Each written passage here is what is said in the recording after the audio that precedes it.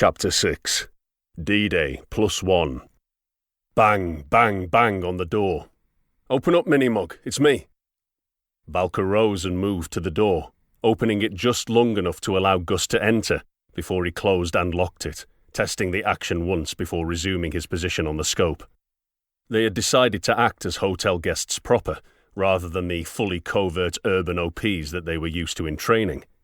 That meant occasionally leaving the room to get drinks and food, which was a welcome distraction for whomever was on rest.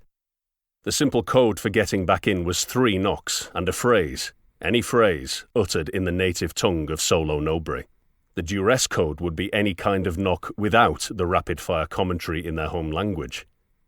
"Olga downstairs thinks we're gay lovers because we rarely leave the room," Gus stated bluntly as he handed a coffee in a cheap takeaway cup to Vocc, who took it with thanks. "Olga now, is she?" Gus took a sip of his own brew and shrugged. "I'm a friendly guy. Anyway, I told you had a special robo-dick so you could be top and bottom at the same time." Vocc grunted. He never seemed to have a sense of humour when it came to sex. "I don't speak the language, so it was pretty hard to get across with sign language." Still nothing. Although after months trapped in that space box, Olga's looking pretty fine to me right now, if I'm honest.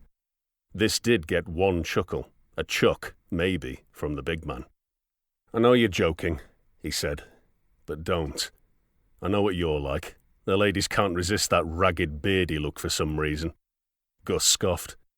"You're just jealous because you banked on the skinhead psycho aesthetic and it never panned out.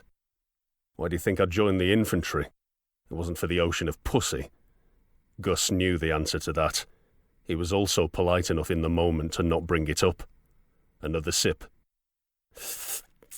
"These posh fuckers make some damn fine coffee," he said absently. "Food's shit, though. I never thought I'd crave an Ed's burger." Vocc took that as a cue to take a spoonful from the bowl of weird, tasteless stew Gus had brought up with the drinks, and grimaced. Borscht, the woman had called it. "Better than eating rats and fungus out in the deads, I suppose," he said, choking it down. "Oh yes, I don't miss survival training one bit." "Bet it was a bit of a shock for you, survival training," Vocc said with a smirk, being the kid of a pair of mid-tier civil servants from Sector 1.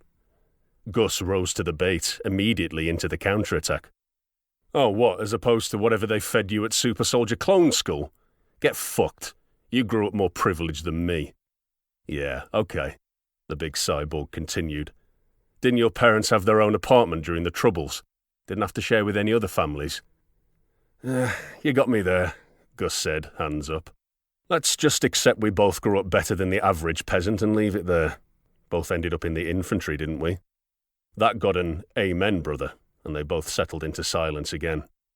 For a short time, the only noises heard were the foot traffic outside and the occasional slurp of fine coffee, or bad stew. There was a commotion downstairs, bit of crashing about in the flophouse lobby that gave cause for both the men to get their weapons. Gus covered the door whilst Vocc continued observing the target, but it calmed down again quickly. After a short soak period, Gus returned to the bedside next to his buddy. "I wonder if they have Eds here," he said absently. The cyborg ignored that. Without warning, Gus blurted out, I don't know if I want to torture anyone." Vocc didn't look away from the scope, but his body tensed for a moment before he responded. "Getting cold feet already? We haven't done anything yet." "Fuck you. We fought side by side for days. You know I'm up for it." He bit his lip. "Killing I'm fine with, but torture seems off, you know. We're here for justice. You can't just commit war crimes and still tell yourself you're the good guy." Vocc snorted. "I don't think Marco would agree with you there. He probably disappeared more corvids than we had dinners back in the day." "Yeah," Gus replied deadpan, "and look how that turned out." This time Vocc did look away from the scope, just long enough to frown at his buddy. "If you're worried about us becoming as bad as Brigadors, don't worry. We'd have to kill a few thousand innocent civilians to catch up. If you don't want to torture people, fine. Marco's a pro, and Anna looks like she's about ready to carve up the world if she has to. Your conscience will remain clear. You fucking pussy," he added. Gus nodded silently and took a gulp of a local soft drink, dark and fizzy, sickly with sugar but strangely comforting. He reminded himself exactly what the Brigadors had done and steeled his resolve. Just let me have this moment, okay? It's normal to get a bit of jitters before it gets exciting.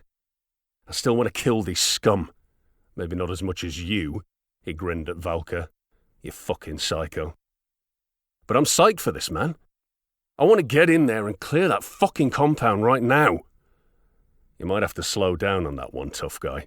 I'm beginning to think he's not in there, mumbled Vocc from his position behind the scope as the sun began to set on the next annoyingly short Mar Nosso day. It cast the entire colony and mountain range behind it in a glorious light. The place resembled something mythical, the way it shone through the gaps in the strategically located buildings, cascading down to settle on the shimmering sea behind them, calm for the first time since they'd made planetfall. Vocc didn't give a shit about this, though. The sunset was playing havoc with the spotting scope. They'd been there nearly an entire day, watched the security forces do their thing, go through their routine, hand over, always 3 guys on site, always slack as all the hells. But no Arturo Nemi. Time was running out. Maybe it was an illusion caused by a cycle a few hours shorter than what they were used to, but it hadn't changed the facts. Vocc had said as much during his sit-rep to an increasingly amped Anna just an hour before, and the recce pair felt the same. This was supposed to be quick, kinetic, but they'd already been on the planet 2 days and achieved nothing but the death of a random civilian, which Gus imagined local security must be up in arms about too. Plus, the room was beginning to stink of body odour. You know what I love about the army? Gus responded as he sat next to his battle buddy, doodling pictures of himself murdering people in mechs. Go on. I love how they send us halfway across the galaxy on a suicide mission, and the first thing we do is watch a target who isn't there. Fucking A. Oh, don't worry about it, though. Grau said he's here, so he must be. Fuck Grau, Gus spat. What's the deal with him anyway? How does a guy from Solo Nobre know so much about the rest of the galaxy? Louis Vocc, Gustavo Mastor, Anna Mirante, Segno Grau, Vocc exclaimed. That sound like a Nobrean name to you? Gus frowned. I suppose not. Despite appearances, I reckon he's a lifelong mercenary, snuck in under our radar on a long-term op of his own, years ago. Who knows the extent of his knowledge? Vocc pointed at the sheet in the direction of the target compound. He knew exactly where this fucker would be, supposedly, so that means he's got means of gathering real-time intel that we can't comprehend, since he hasn't been out of our sight for over a month. Or he knows Arturo Nemi, Gus finished for him. He knows Arturo Nemi. Vocc nodded as he said it.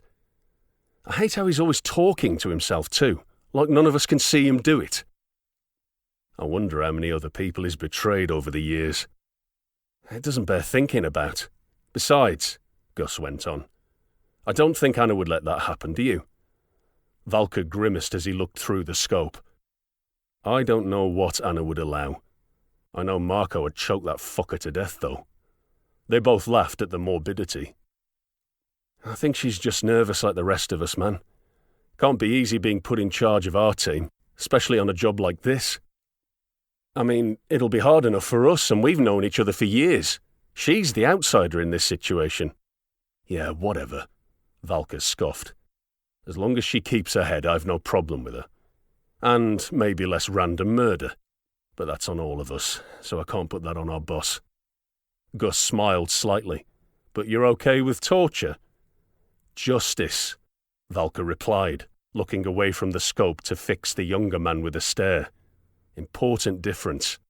We're here for payback, to balance the scales. Whatever is necessary, no more. Gus let that one hang. It didn't seem appropriate to delve deeper into the ethics of their mission. Not again. Vocc let out a sharp breath of frustration before speaking again. You know what I love about the army? Go on. Sitting in a room, surrounded by man-sweat. Martin's beard, there he is! Straight up don't believe you, Gus replied. Vocc moved his head out of the way and gestured for Gus to look. The younger man positioned his eye on the scope as Valka gave him a steer. Upper floor, second window from the east side. Roger, Gus responded as Valka took the notebook from him. It's him, from Grau's description. Just standing there with the window open, smoking something. Gus took his eye away from the scope, blinked and got back on it. In his underpants. Just his underpants, he added. Valka wrote it down, stifling a chuckle as Gus went on. He's not armed, unless that bottle of whiskey counts. Fuck, he looks a mess. Valka picked up his handheld from the nightstand and turned it on. Boss, Pilgrim 1. Target confirmed on site. Repeat, target is on site. There was a brief pause. Then Anna's voice came through clear. Roger that. Stand by to initiate Phase 3. On your call. Over. The relief was palpable, even over the radio. Grau, almost inexplicably it seemed, had come through again. Pilgrim 1, Roger. Wait 1. Then to Gus. When do you want to kill this cunt? When did the pubs kick out last night? Gus fired back. Valka looked at the notebook. 0200. An hour after that then, when it's nice and quiet, Gus said. Valka agreed and told Anna as much. The time was set. Now it was a case of watching to make sure he didn't go anywhere, which the recce men did with barely controlled energy. Gus went and got some more drinks and a handful of energy bars from reception. Then the two men sat in silence.